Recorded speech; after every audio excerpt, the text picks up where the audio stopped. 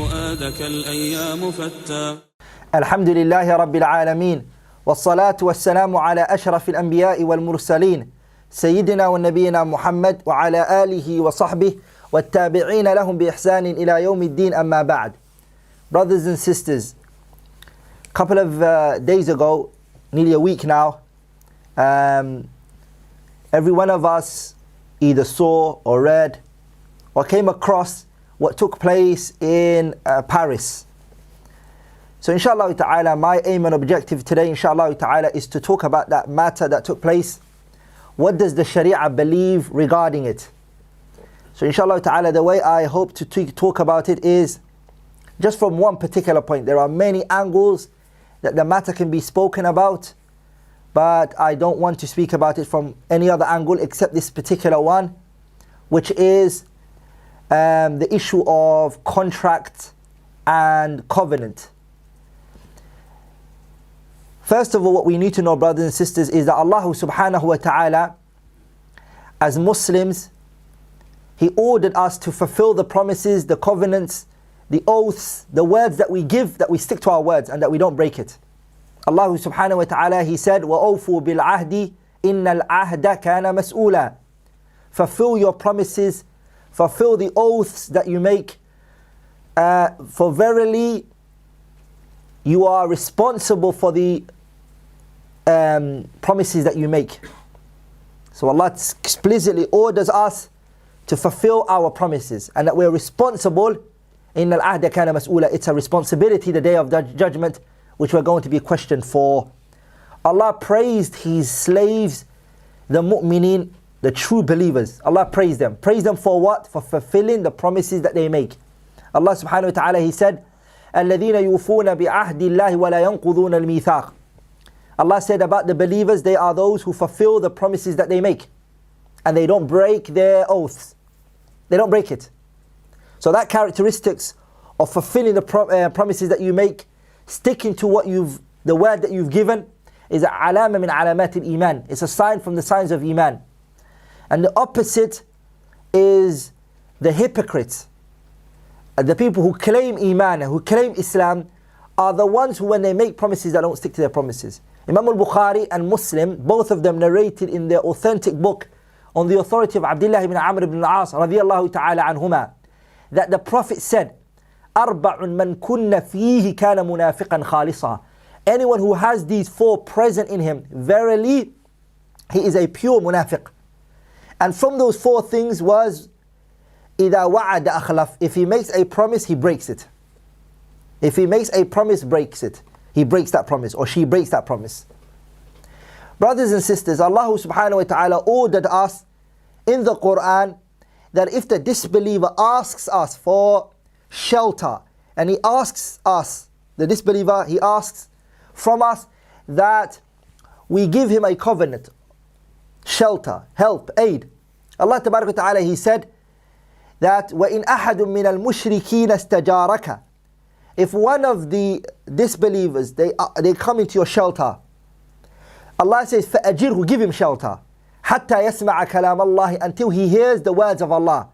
ثُمَّ أَبْلِغْهُ مَأْمَنَهُ, and make him reach a safe place. ذَلِكَ بِأَنَّهُمْ قَوْمٌ لَا يَعْلَمُونَ. And the reason is because they are a people who don't know. So Allah tells us in that verse that if they come, that we need to give it to them, the shelter that they request for.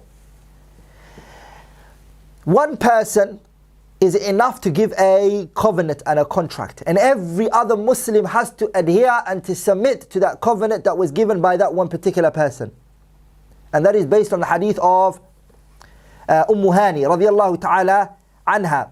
Hani, she said, ذهبت إلى رسول الله صلى الله عليه وسلم عام الفتح. She said, when the conquest, the year of the conquest of Mecca, she said, I went to the Prophet sallallahu alaihi wasallam, and so she said, I found him having a bath, and his daughter Fatima, tasturuh, she was covering her father. She said, فَسَلَّمْتُ عَلَيْهِ, I greeted him, and then he said, مَنْ هَذِهِ, who is this person? And then she said, فَقُلْتُ أَنَا أُمِّ هَانِي بِنْتِ أَبِي طَالِبٍ. I am Hani, the daughter of Abi Talib. The Prophet said to her, Marhaban bi Hani, welcome Hani.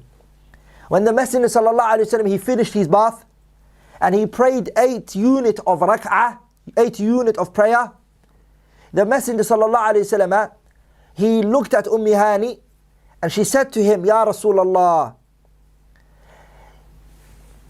Ali ibn Abi Talib, he claims that he's going to kill a person. I have given them a shelter. I have given them a covenant. I have given them an oath. I've given my word to this person. And Ali ibn Abi Talib wants to come and kill that person. The Messenger sallallahu alayhi wasallam, he looked at Hani and he said to her, قَدْ أَجَرْنَا مَنْ أَجَرْتِ يَا Hani. We have given them safety, the person you've given safety to. قَدْ أَجَرْنَا مَنْ أَجَرْتِ يَا Hani. Hani, we are given safety to the person you've given safety to. So based on that hadith, what it shows us is one person is able to give shelter. And one person can bring the disbeliever into the Muslim land and no one is allowed to touch that person. Nu'aym ibn Mas'ud radiyallahu ta'ala anhu, inshallah, now what I'm going to do is I'm going to give you guys examples of how the Messenger stuck to the words and the promises that he gave. And how he never broke a promise that he made, alayhi salatu wassalam. And that he didn't deceive.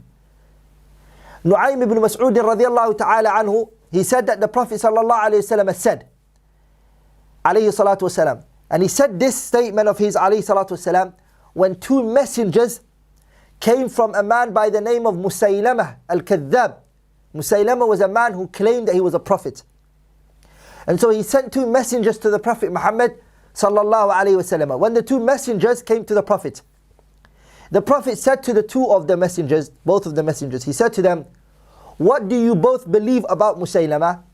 And they said to the Prophet, innahu Rasulullah. Musaylama is a messenger from Allah. The messenger then said to both of them, لو أن الرسل لا تقتل لقتلتكما لولا أن الرسل لا تقتل لقتلتكما. If the messengers were not those who were killed, meaning messengers weren't killed, if that policy, that universal principle or that universal law was not in place, that messengers were not killed, I would have killed you both. But because universally no one kills and messengers are those who are not killed, the Messenger sallallahu alaihi wasallam said, I won't kill you both. Meaning we don't deceive. Messengers, their job, a messenger is not killed. It's a universally agreed upon. What does that show you? Our Messenger alayhi salatu wasalam wasn't the one who made this covenant. And he was not the one who made this promise. But ma'a dhalika, even then, he said, I won't kill you both. Imam Ahmad and Abi Dawood narrated this. Also the great noble companion Abi Rafi' radiyallahu ta'ala anhu, he said, قد أرسلتني قريش. Quraysh sent me to Muhammad sallallahu alayhi wasallam. He said, I was sent to the Prophet Muhammad sallallahu alayhi wasallam. I was sent to him. And when I was sent to him, I came and when I saw the Messenger sallallahu alayhi wasallam, فَوَقَعَ فِي قَلْبِي شَيْءٍ. Something fell into my heart towards the Prophet. Meaning I started to love him. I wanted to remain with him. And I wanted to become one of his disciples, his companions. Then I told the Messenger sallallahu alayhi wasallam that I want to remain with you. And I don't want to go back. And I want to believe in you. The Messenger said to him, alayhi salatu wasalam, إِنِّي لَا أُخِيسُ بِالْعَهْدِ وَلَا أَحْبُسُ الْبُرَدِ ولكن ارجع إلى قومك فإن كان في نفسك الذي فيها فإن كان في نفسك الذي فيها الآن فارجع. The Prophet sallallahu alayhi wasallam, he said, I don't break promises and I don't imprison messengers. I don't imprison them. ولكن, but go back to your people. If you go back to your people and whatever you're feeling now still remains in your heart, it still remains in your heart, then with your own choice come back to me. But the Messenger didn't accept him to do it now. Why? Because what they're going to say is that Muhammad, he broke the universal law that messengers are not imprisoned. He broke that promise. And that he imprisoned the messenger. So the Messenger sallallahu alayhi wasallam said to him that I don't break promises and I don't imprison the messengers that are sent, the delegations that are sent, I don't imprison them. This is hadith narrated by Abi Dawood and Ahmad. Hudayfah ibn al-Yaman radiyallahu ta'ala anhuma, he said, ما منعني أن أشهد بدرا. Nothing stopped me from participating in the battle of Badr. Nothing stopped me. I mean, I could have participated in the battle of Badr, but the only thing that prevented me from participating in the battle of Badr, and my father as well, is that kuffar of Quraysh, the disbelievers, the people of Mecca, they found out that Hudayfa and his father were both wanting to leave Mecca, and that they both wanted to go to Medina. When they found out, they came to them both and said to them, إِنَّكُمْ تُرِيدُونَ مُحَمَّدًا. You both want Muhammad, huh? You both want Muhammad. And then they said, مَا نُرِيدُ. We don't want Muhammad. مَا نُرِيدُ إِلَّا الْمَدِينَةِ. The only place we want to go to is Medina. فَأَخَذُوا مِنَّا عَهْدَ اللَّهِ وَمِيثَاقَهِ. And they took a covenant, an oath, of the oath of Allah, وَمِيثَاقَهُ لَنَنْصَرِفَنَّ إِلَى الْمَدِينَةِ, that we're going to go to Medina, and that we're not going to be with Muhammad, and that we're not going to participate in the battle of Badr with him. They took that oath with us. And they gave it to them. وَلَا نُقَاتِلْ مَعَهُ. فَأَتَيْنَا رَسُولَ اللَّهِ. We came to the messenger. And we informed him, فَأَخْبَرْنَاهُ الْخَبَرِ. We informed him of what Quraysh did with us. That they took a covenant with us. The messenger, when he was told, he said, إِنصَرِفَا. Both of you go. Leave us. نَفِيءَ لَهُمْ بِعَهْدِهِمْ وَنَسْتَعِينُ اللَّهَ عَلَيْهِمْ. We will fulfill their promise for them. And we will ask Allah, help from Allah onto them. Meaning, we will ask Allah Tabarak wa Ta'ala to support us in fighting towards them. But you too, go back, fulfill your promises that you made. And so what does that show us, brothers and sisters? That a Muslim sticks to the covenant and the promises that he makes. And now, we find that what took place in France, those people, they entered the country, a visa was given to them, and they came in and they deceived the people of the land by causing bloodshed within the land, in which they were given a covenant, a man safety, a contract. Now the question that arises is, ما ينعقد به الأمان. ضابط الأمان. What is that which a aman, a safety, can be referred to? What's the ضابط for it? When can we say this is aman? When can it be? The ulama, they mention that the aman. So when can a person say, I have a contract with these people, or I have a covenant with them? When? The scholars, they say that the aman, the covenant, or a mithaq, or a ahd, all of that, the scholars, they say the asl for it is what? أنه على التوسعة وليس على التضييق, and that it can be based upon مجرد الظن والإذن. What does that mean? It's mere assumption and speculation. Mere assumption and speculation. And I will explain that more. And permission. Permission is a contract. Also, mere assumption and speculation. And it's a matter which is أنه على التوسعة وليس على التضييق. And that means that this issue is very loose, and it's not what the matters that Shari'a tightens. And I'll explain what that means. Umar radiallahu ta'ala anhu, As-Sa'id ibn Mansur narrated in his Sunan, that Umar radiallahu ta'ala anhu, he said, Wallahi law anna ahadakum ashara bi usbu'ihi ila as-sama'i ila mushrikin. Umar radiallahu ta'ala anhu, he said, anybody who points his finger to the sky and then to a mushrik. So he points his finger to the sky and then he points it towards the mushrik. فَقَتَلَهُ, and then he kills the mushrik. فَنَزَلَ بِأَمَانِهِ. And the disbeliever thinks that you've given him safety, because when you pointed your finger up the sky and then you pointed towards him, the disbeliever thought you were trying to say that I have given you safety, but you weren't trying to say that. He thinks you said that. فَقَتَلَهُ, and you kill him. Umar radiallahu anhu, he said, لَقَتَلْتُهُ بِهِ, I will kill you for it. I will kill you for it. So all you've done is you pointed your finger at the sky and you pointed it at him, and the disbeliever thought you was giving him safety, so he came into the land, and then you killed him. Umar radiallahu anhu said, anyone who does that, فَقَتَلْتُهُ, I will. Umar radiallahu anhu, he's here, لَقَتَلْتُهُ, it doesn't mean I will kill him, but I will severely deal with him, he means. I will severely deal with him. Imam Ahmad ibn Hanbal, rahimahullah, as is written in the book Al-Insaf and Al-Furu', and also Muwaffaquddin ibn Qudamah, he mentions in his Kitab Al-Mughni, that Imam Ahmad is going to give us a dhabit very powerful. Imam Ahmad said, إِذَا أُشِيرَ إِلَيْهِ أي الكافر, if it's pointed towards the kafir, بِشَيْءٍ أي matter. Somebody points something towards the kafir. بِشَيْءٍ غَيْرَ الْأَمَانِ. But it really isn't safety. You said something, you indicated something, you pointed at something. It came across to him that you're giving him safety. غَيْرَ الْأَمَانِ. But it wasn't. You were rather saying to him, I will kill you. But he thought to himself that you were saying to him, I'll look after you. فَظَنَّهُ أَمَانًا. And the disbeliever thought you were giving him safety. فَهُوَ أَمَانٌ. It's a safety. You can't kill him. وَكُلُّ شَيْءٍ يَرَى الْعِلْجُ أَنَّهُ أَمَانٌ فَهُوَ أَمَانٌ. And anything that the disbeliever sees it to be safe, sees it to be a contract, it's a contract. The matter is based on what he thinks, not what you meant. This is important. The issue is not what you meant, it is what he understood it. وَكُلُّ شَيْءٍ يَرَى الْعِلْجُ. The ilj is the kafir. Everything that the kafir sees, أَنَّهُ أَمَانٌ, that it's a safety. فَهُوَ أَمَانٌ, it's a safety. You can't touch it. Shaykh al-Islam ibn Taymiyyah rahimahullah, he commented on the statement of Imam Ahmad ibn Hanbal in his book rahimahullah. He said, فَهَذَا يَقْتَضِي إِنْعِقَادُهُ بِمَا يَعْتَقِدُهُ الْعِلْجُ وَإِن لَمْ يَقْصِدْهُ الْمُسْلِمُ وَلَوْ صَدَرَ مِنْهُ مَا يَدُلُّ عَلَيْهِ. Imam Ibn Taymiyyah rahimahullah said, this indicates that the aman will take place based on what the ilj, the disbeliever, believes. وَإِن لَمْ, even if not, يَقْصِدْهُ الْمُسْلِمُ, even if the Muslim didn't intend that.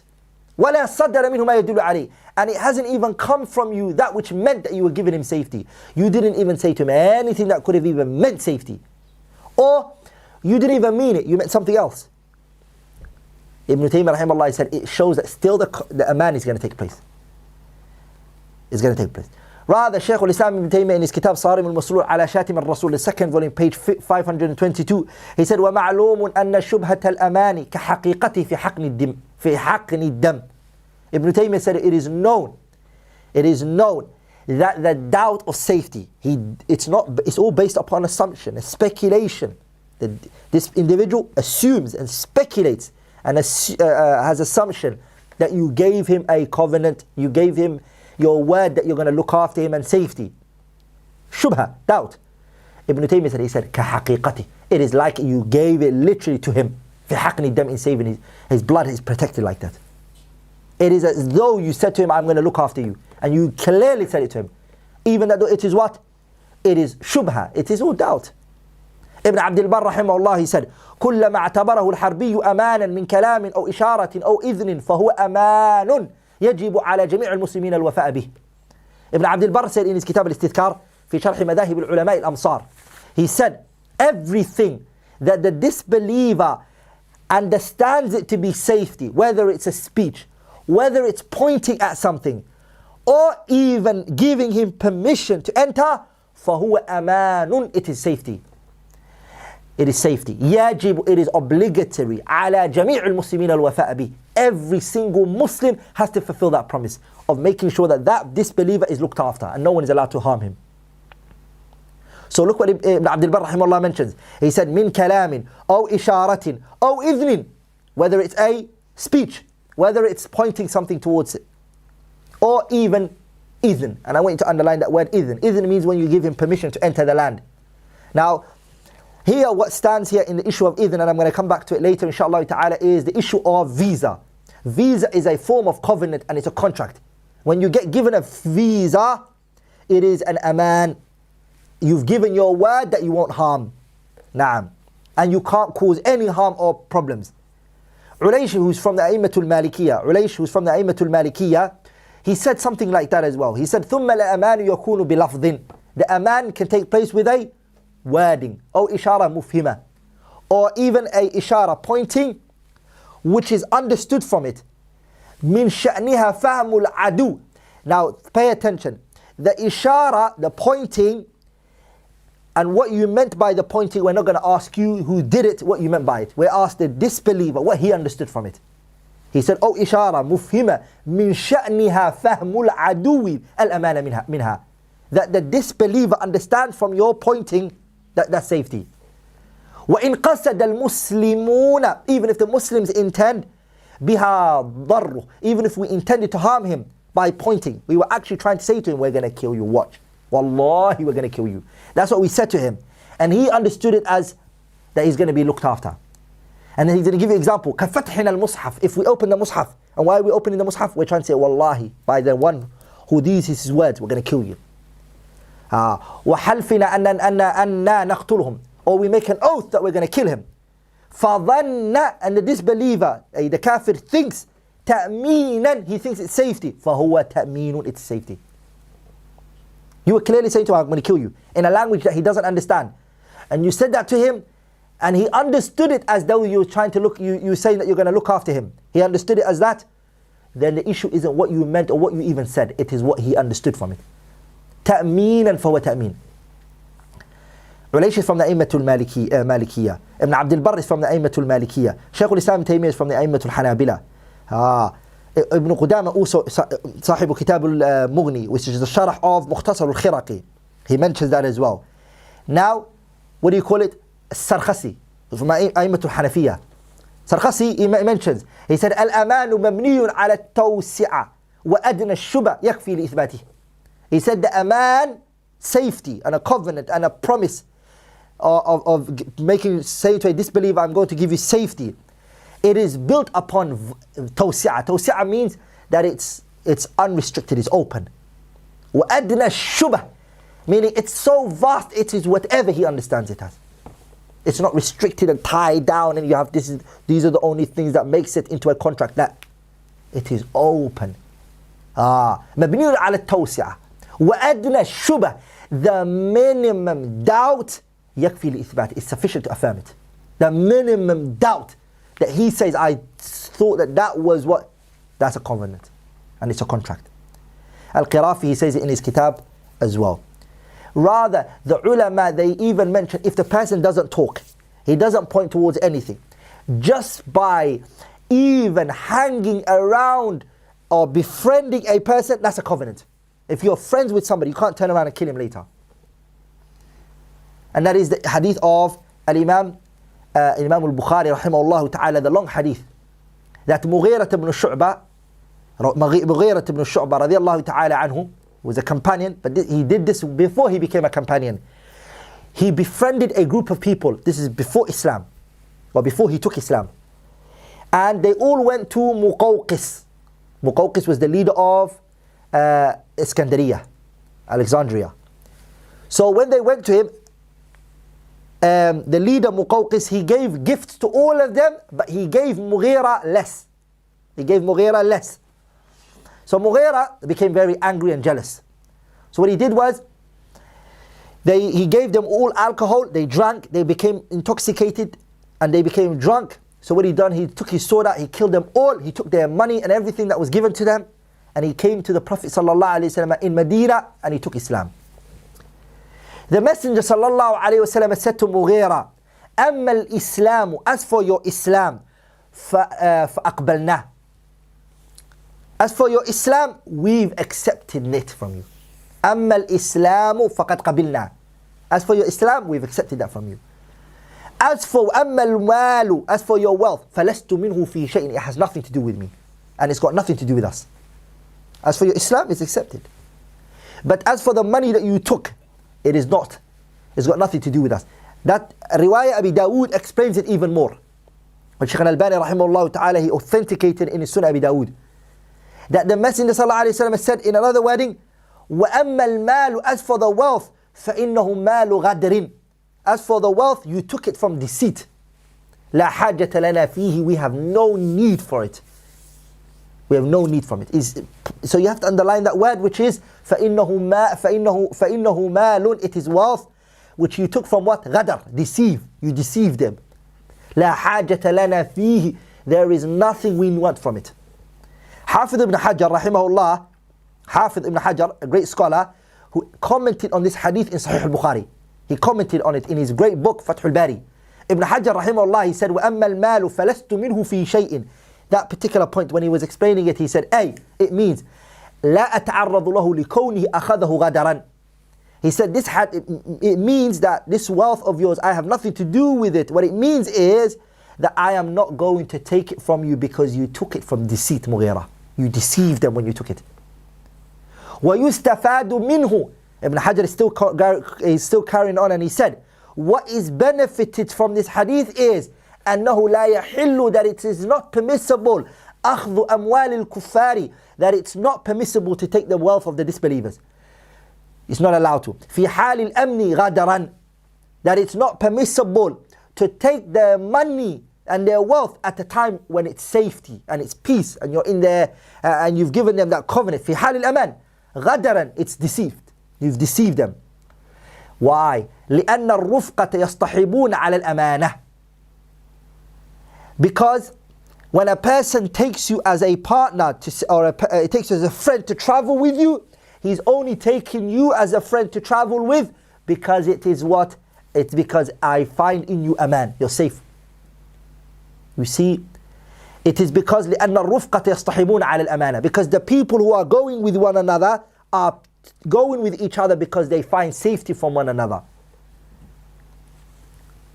وَالْأَمَانَةُ تُؤَدَّى إِلَى أَهْلِهَا مُسْلِمًا كَانَ أَوْ كَافِرًا, and the safety is given to its individual, the person, whether he's a Muslim or kafir, it doesn't matter. Ibn Hajar said, وَأَنَّ الْأَمْوَالَ الْكُفَّارِ, and as for the wealth of the kuffar, إِنَّمَا تَحِلُّ بِالْمُحَارَبَةِ وَالْمُغَالَبَةِ, when their money is permissible, it is when we're fighting with them and there's a battle taking place, but not a time of حال الأمان. انتهى كلام Ibn Hajar's speech is over. Badruddin al-Ayni rahimahullah in his Umdatul Qari, which is the Sharh of Sahih al-Bukhari as well, Badruddin al-Ayni is a Hanafi.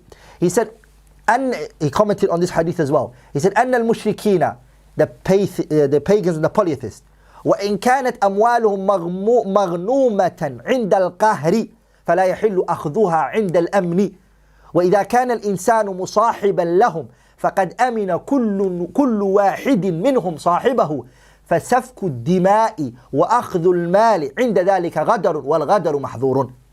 He said, the pagans and the polytheists, even that their wealth is taken at a time of battle, when we're fighting with them, their wealth is taken. But it's not permissible at a time of safety. It is not. Because he said, because وَإِذَا كَانَ الْإِنسَانُ مُصَاحِبًا لَهُمْ, because when a person is in companionship with them, فَقَدْ أَمِنَ, he has taken them, he's given them safety. When you befriend somebody and you're with them, you've given them safety because he's taken you as a companion. فَقَدْ أَمِنَ كُلُّ وَاحِدٍ مِّنْهُمْ صَاحِبَهُ. Everyone he's given his word that he's going to be safe to him by action, not verbally. فَسَفْكُ الدِّمَاءِ, to spill the blood at that time. وَأَخْذُ الْمَالِ, and to take his wealth whilst traveling with him. ذَلِكَ غَدَرٌ, that is deceit.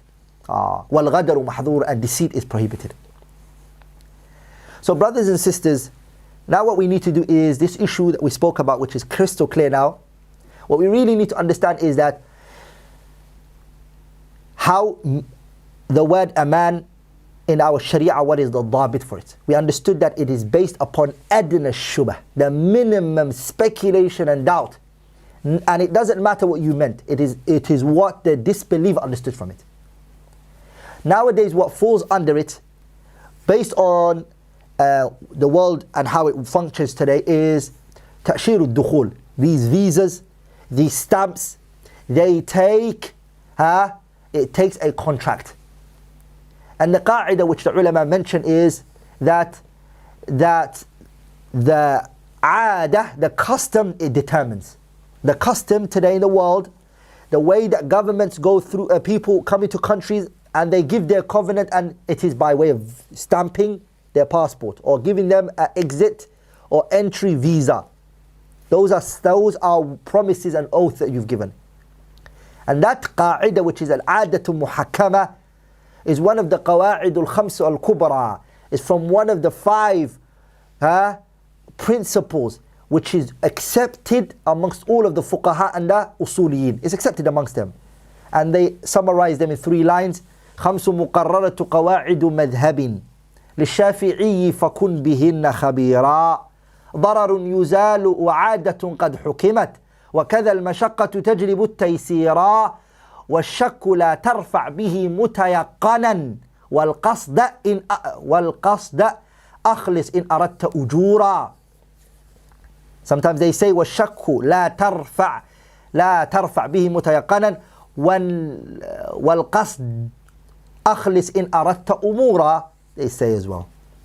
This qa'idah, which is, this principle, which is that the custom determines, which is ضرر يزال وعادة قد حكمت وكذا المشقة تجلب التيسير. The custom determines. And there's evidence for it in the Quran and also in the Sunnah. Allah Tabarak wa Ta'ala, He said in the Quran, خُذِ الْعَفْوَ وَأْمُرْ بِالْعُرْفِ وَأَعْرِضْ عَنِ الْجَاهِلِينَ. خُذِ الْعَفْوَ, take forgiveness with you. وَأْمُرْ بِالْعُرْفِ, and order urf. Urf is what? The custom. And Imam Ibn Atiyah rahimahullah, he mentions what the word وَأْمُرْ بِالْعُرْفِ means. He commented on that point and he said, معناه, it means بِكُلِّ مَا عَرَفَتْهُ النُّفُوسِ مِمَّا لَا تَرُدُّهُ الشَّرِيعَةِ. It is everything that the soul recognizes and it affirms, that we all agree upon. لكن مما لا ترده الشريعة, but the Sharia does not reject it. And it doesn't go against the religion. This custom cannot go against the religion. Also, Allah Tabarak wa Ta'ala said in the Quran, وَعَلَى الْمَوْلُودِ لَهُ رِزْقُهُنَّ وَكِسْوَتُهُنَّ بِالْمَعْرُوفِ. The women, upon the man is how does he have to look after. وَعَلَى الْمَوْلُودِ, sorry, the child, that's born. The child that is born, لَهُ رِزْقُهُنَّ, they have their food and their provision, وَكِسْوَتُهُنَّ, and their clothing, بِالْمَعْرُوفِ, in good. Also Allah said about the wife, وَعَاشِرُهُنَّ بِالْمَعْرُوفِ, live with the women in good. Now the ma'roof here is, what's good? $2,000, $5,000, £2, £3, what is meant by good? What is the وَعَاشِرُهُنَّ بِالْمَعْرُوفِ وَعَلَى الْمَوْلُودِ لَهُ رِزْقُهُنَّ وَكِسْوَتُهُنَّ بِالْمَعْرُوفِ. What's the ma'roof? The custom determines this. Whatever land that you're at, the way that the people of that land, they consider ma'roof is what you're going to do. Also the hadith of Hinda radiallahu ta'ala anha, when she came to the Prophet and she said, Ya Rasulullah, Abu Sufyan is a rajulun shahih, he's a man who is stingy. The Messenger sallallahu alayhi wa sallam, he said, Khudi anta wa banuki, take yourself, for yourself and your child, ma yakfika bil ma'roof, take what suffices you in good. Again, the Prophet didn't say take this much money and this amount. What she takes is based upon the ma'roof custom. What would she need to buy food? And so this issue of adam muhakkama has in our religion a place. So now visas, traveling into countries, going into places, countries to countries, this is a covenant and it's a promise and aman that you gave. And also Ibn Abdul Barr's statement that I mentioned before, rahimahullah, he said, كُلَّمَا اعْتَبَرَهُ الْحَرْبِيُّ أَمَانًا مِنْ كَلَامٍ أَوْ إِشَارَةٍ أَوْ إِذْنٍ, or coming into a country, he permitted you to come into this country, this is as though you gave him a condition that you're not going to harm him. Because the qa'idah is what? الْمَعْرُوفُ عُرْفًا كَالْمَشْرُوطِ شَرْطًا. The thing that is known by way of custom, anything that is known by way of custom, it's known. It is like a condition that you and I both took towards one another. It is known. It's like we already agreed on this. The custom, and this is a qa'idah which I mentioned is evidence for. Brothers, our religion even went to explain and not leave us with anyone to just come and add to the religion what he wants, or to take off wherever he wants, or to base things on his own whims and desires. What about if the disbeliever, he breaks his covenant, he breaks it, and he comes with that which nullifies the covenant or the oath that was set with him? For example, he kills a person, and he comes with the things that will break the ahd and the mithaq that was set with him. Imam al-Nawawi rahimahullah in his kitab Rawdatul Talibin wa Umdatul Muftin, he mentions, he says, فَأَمَّا مَنْ دَخَلَ دَارَنَا, anyone who enters our land, بِأَمَانٍ, with safety, أو مُدَاهَنَةٍ فَلَا يُغْتَالُ, he cannot be assassinated. Anyone who enters our land by way of contract, he was given either a hudna, or either was given an ahd or a mithaq, or a aman, and he came into our land, we're not allowed to kill him. We're not allowed to. فَلَا يُغْتَالُ, he can't be assassinated. وَإِنِ انْتَقَضَ عَهْدُ, even if he breaks his covenant. Even if the contract breaks. وَإِنِ انْتَقَضَ عَهْدُ, even then we're still not allowed to kill him. بَلْ يَبْلُغُ الْمَأْمَنَ, rather, بَلْ يُبَلَّغُ الْمَأْمَنَ, rather he is reached and he's taken to a safe place. هَذَا إِذَا نَقَضَ جَمِيعُهُمُ الْأَهْدَ, and that is only if all of them break the covenant. Not some. If some break, the only ones who broke it are taken out, the rest they still remain. But if all of them as a body they break it, we're not allowed to kill them. We're not allowed to cause them any harm. The Muslim leader, he takes them and he takes them to a safe place, wherever they think they're the safest at, and they take it to that place. And we tell them from this minute onwards, there is no contract between you and us. So you can't kill an ambassador or go to an embassy and kill the people inside the embassy because they came to the place with an aman. If they do break the covenant, then the Muslim leader, it's his job, not your job. It is his job to take them out of the land and to place them elsewhere. Another thing that I wanted to speak about, inshallah ta'ala, is what is the issue in our religion pertaining to can some Muslims have a covenant with the disbelievers? Can they have a covenant with them and a contract whilst other Muslims are fighting with them? Or since there are Muslims already fighting with them, does that mean every Muslim has to fight with them? Or can there some have contract with them and some are having contracts with them and the rest are fighting with them? Can we do that? This is a good question. The scholars in the fuqaha, they speak about this issue, and it's mentioned, which is taba'ud al-ahkam, the ruling dividing amongst the people. Meaning, whilst there's a group of people who have a contract with the disbelievers, another group of people could be fighting with them. The ones who are fighting can't force the ones who have the contract to fight. And the ones who have the contract can't tell the ones who are fighting to stop fighting. Each one has his own, because the hukum differs for both of them. And this is clearly stated in the Quran and the Sunnah. Allah Tabarak wa Ta'ala said in the Quran, وَإِنِ اسْتَنصَرُوكُمْ فِي الدِّينِ فَعَلَيْكُمُ النَّصْرُ إِلَّا عَلَىٰ قَوْمٍ بَيْنَكُمْ وَبَيْنَهُمْ مِيثَاقٌ وَاللَّهُ بِمَا تَعْمَلُونَ بَصِيرٌ. If a group of Muslims, وَإِنِ اسْتَنصَرُوكُمْ, if a group of Muslims ask for victory, they ask for aid in the religion, they call on to you, brothers, come help us. فَعَلَيْكُمُ النَّصْرُ, you have to go and help them. And you have to give them support when they call on to you. Allah then says, إِلَّا except عَلَىٰ قَوْمٍ بَيْنَكُمْ وَبَيْنَهُمْ مِيثَاقٌ, except a people you have a covenant with. If, for example, a Muslim group of people are fighting with a group of people we have a covenant with, Allah is saying to us, don't give victory to them on this, because you have a covenant, stick to your covenant. إِلَّا عَلَىٰ قَوْمٍ بَيْنَكُمْ وَبَيْنَهُمْ مِيثَاقٌ وَاللَّهُ بِمَا تَعْمَلُونَ بَصِيرٌ. That is the ayah in the Quran, which Allah Tabarak wa Ta'ala mentions it. And this is the ayah 72, I think, in Surah Al-Anfal, last page of Surah Al-Anfal. Surah Al-Anfal finishes with 75 ayat. This is the last ayah, page, safha. Good. Also the hadith of the Messenger Sallallahu Alaihi Wasallam, that the Messenger Alayhi Salatu Wasalam, the Sulh al-Hudaybiyah, the Treaty of Hudaybiyah, in which he signed with the Kuffar of Quraysh. The Prophet Sallallahu Alaihi Wasallam, he signed a treaty with Quraysh, contract. He took a contract with them.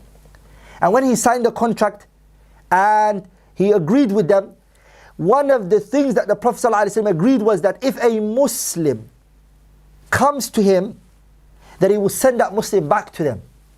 Sallallahu Alaihi Wasallam. He signed that with them and he agreed to that. Alayhi salatu wassalam. Naam.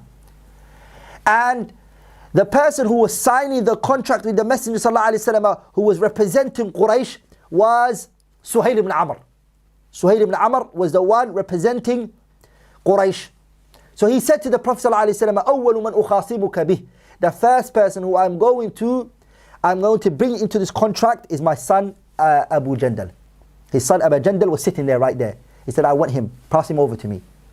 The Prophet said to him, look, Abu Jandal was before the contract. He said, nope, until you give him to me, the contract doesn't start. It starts from him. So the Prophet told him to go with his father. And the Messenger sallallahu alayhi wa sallam said something to Abu Jandal. Look what he said to him. He said, Ya Abu Jandal, ihtasib. Abu Jandal, wait for reward from Allah. فإن الله عز وجل, for verily Allah, عاجل لك ولمن معك من المستضعفين فرجا ومخرجا. Allah is going to hasten for you and those who are with you from the weak Muslims a opening. Allah is going to give you guys an opening. Look what the Prophet already did. He divided himself from Abu Jandal and the weak Muslims. And he, sallallahu alayhi wasallam, and this is to show you what taba'ud, that a man that we are in what? We are in the covenant. You guys are not. فَإِنَّ اللَّهَ جَاعِلٌ لَكَ وَلِمَنْ مَعَكَ مِنَ الْمُسْتَضْعَفِينَ فَرَجًا وَمَخْرَجًا إِنَّا قَدْ عَقَدْنَا بَيْنَنَا وَبَيْنَ الْقَوْمِ عَقْدًا وَصُلْحًا. We, on the other hand, so you guys, inshallah ta'ala, and those who are with you, Abu Jandal, from the weak Muslims, may Allah give you guys an opening and ease in your matter. And Allah will. The Prophet said to him. But he said, Inna, as for us, قَدْ عَقَدْنَا بَيْنَنَا وَبَيْنَ الْقَوْمِ عَقْدًا وَصُلْحًا. We took with the people, and we have with them a contract, and we have a treaty set with them. وَإِنَّا لَا نَغْدِرْ. And we can't break that covenant. And we can't break that that treaty that we have with them. So the Messenger sallallahu alayhi wa sallam, what did he do? He told Abu Jandal that he cannot help him, and he can't give him victory, and he can't aid him. And the Prophet sallallahu alayhi wa sallam, straight after he signed that contract or that treaty with Kuffar of Quraysh, none other than Abu Basira radiallahu ta'ala anhu, he came to Medina, and he came after a very short time, بعد فترة وجيزة. It was a very short time after the Treaty of Hudaybiyah. When he came to the Prophet sallallahu alayhi wa sallam, the Messenger sallallahu alayhi wa sallam, right after Abu Basira came in, two of the Kuffar of Quraysh came right after him. And they said, Ya Muhammad, al-ahd alladhi ja'alta lana, the covenant, the treaty that you made with us, we want Abu Basira. The Messenger sallallahu alayhi wa sallam passed Abu Basira to the two men, and he said, go with them. Our Prophet sallallahu alayhi wa sallam is passing him over to them. So Abu Basira was taken. Abu Basira, when he got taken, they tied him up, they took him, and when they took him, sallallahu alayhi wa sallam, on the way Abu Basira realized that the rope wasn't as tight as they should have made it.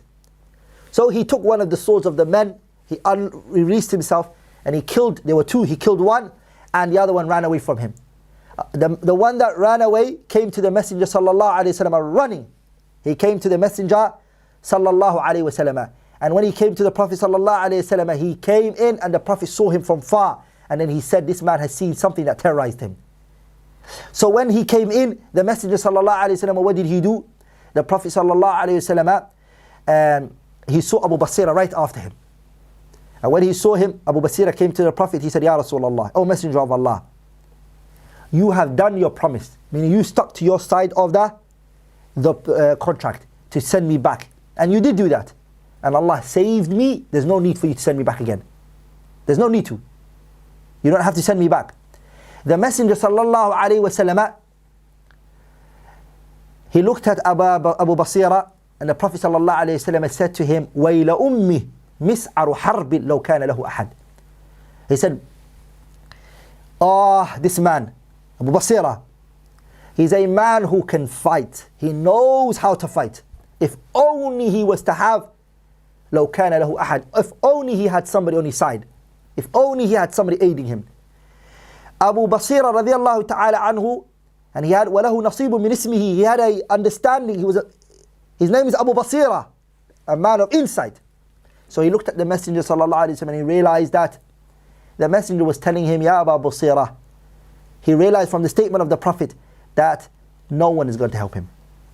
وَيْلُ أُمِّي مِسْعَرُ حَرْبٍ لَوْ كَانَ لَهُ أَحَدٍ. If only he had a person. So Abu Basira radiallahu ta'ala anhu, the Prophet told him that no one's going to help you. Abu Basira got up, he realized that no one's going to help him, and he went away. He went away. The shahid from this, brothers, is what? That the covenant or the ahd or the treaty or the mithaq, a group of people can hold it with the disbelievers whilst others are in a state of war. They can be. So Abu Basira, he went back. He never went back to Mecca. He stayed in the around the area of the sea and the ocean. And when he stayed there, wherever they came with across to whatever they came with Quraysh, and they would walk, they would take from Sham, and they would take it back to Mecca. He would take it from him. Abu Jandal, who was in Mecca, he heard Abu Basira was there. So he went and he met him. And so they became a group that was in the middle. Wherever Quraysh owned, they would take it from them. Now, Abu Basira, he is not under the Messenger sallallahu alaihi wasallam's contract. He's not under the Prophet's contract, alayhi salatu wasalam. And the Prophet stuck to the covenant that he gave Quraysh. You guys wanted him? There he is. I sent him back. If he's caused you guys harm, it's up to you guys. Even Quraysh never came to the Prophet Muhammad and said, Ya Muhammad, you broke the covenant. You broke the promise. Why are they fighting with us? Because they knew that they were not part of the covenant, the contract. That the contract was only Muhammad sallallahu alaihi wasallam and those who were with him in Medina. So inshallah ta'ala, brothers and sisters, I want to remind you all inshallah ta'ala that these matters are masail fiqhiyya, masail which are based on knowledge and understanding. Don't just come and say and speak about these issues by saying yajuz, la yajuz, it is permissible, it's not permissible, and just speak without knowledge.